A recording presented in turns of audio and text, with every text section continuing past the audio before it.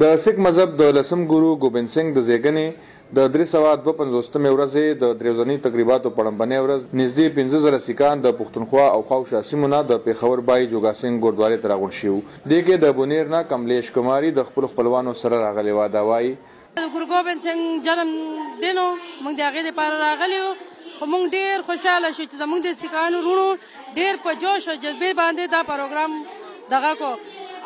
موږ له دې ګورو نانک صاحب دومره همت راکړي چې سبا دپاره موږ هم دې نه ښه پروګرام دغه کړو. په پیر بابا کې وسیږو، موږ سره د مسلمانانو وروڼو ډېر زیات تعاون دی. موږ سره هغوی ډېر زیات ښه دي. هغوی موږ داسې ګڼي چې دا زموږ خپلې خویندې، موږ هغوی ګڼو چې هغوی زموږ وروڼه دي. هغې خلکو په موږ په سر باندې ډېر غټ لاس ایښی دی. د سکھ ورورولۍ خلکو په وړاندې ورځ د شب کیرتن محفلونه وکړل او بیا یې یو روایتي جلوس هم ویستو.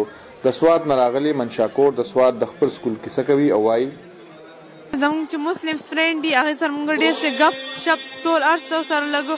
هغه زموږ ډېر ښه دي، بلکل داسې دی چې د خویندو سسټر په شان چې دی هغوی زموږ خیال ساتي. په پېښور کې د محله جوګن سنګ دننه نږدې 1500 کورنۍ ژوند کوي. د پېښور ترڅنګ د خیبر ضلع په باړه او تیرا او د بونیر ضلع په پیر بابا کې هم د سکانو یو شمېر کورنۍ میشت دي. د سکھ ورورولۍ یو مشر بابا ګورپال سنګ وایي هغه کورنۍ چې په دې سیمو کې د بدامنۍ له وجې کډه شوې وي اوس بیرته راستنېدل پیل شوي دي. کم دی د تیر شپږ اووه میاشتو نه ډېر ښکلی چې کم دی هغه سیسټم هغه شانتې روان دی. 17-18 فیملی واپس چې کم دی راغلل دلته پېښور له او هغه امن چې کم دی بحال شو. یو ښه میسج چې کم دی اوس چلیږي او زموږ تقریبا په دې وخت باندې 50 نه تر 60 پورې سکھ کمیونټي چې کم دی خپل کاروبار باړې له بټاتال چې کم دی بیا مو کړو هلته چې کم دی خپل کاروبار شروع. د پښتونخوا سکان زیاتره د طب، کاسمیټکس او نور واړه کاروبارونه کوي.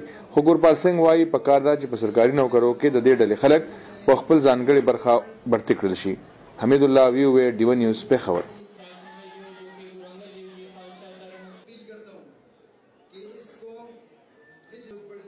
सेहत इंसाफ कार्ड की, क्योंकि इसमें गरीब लोग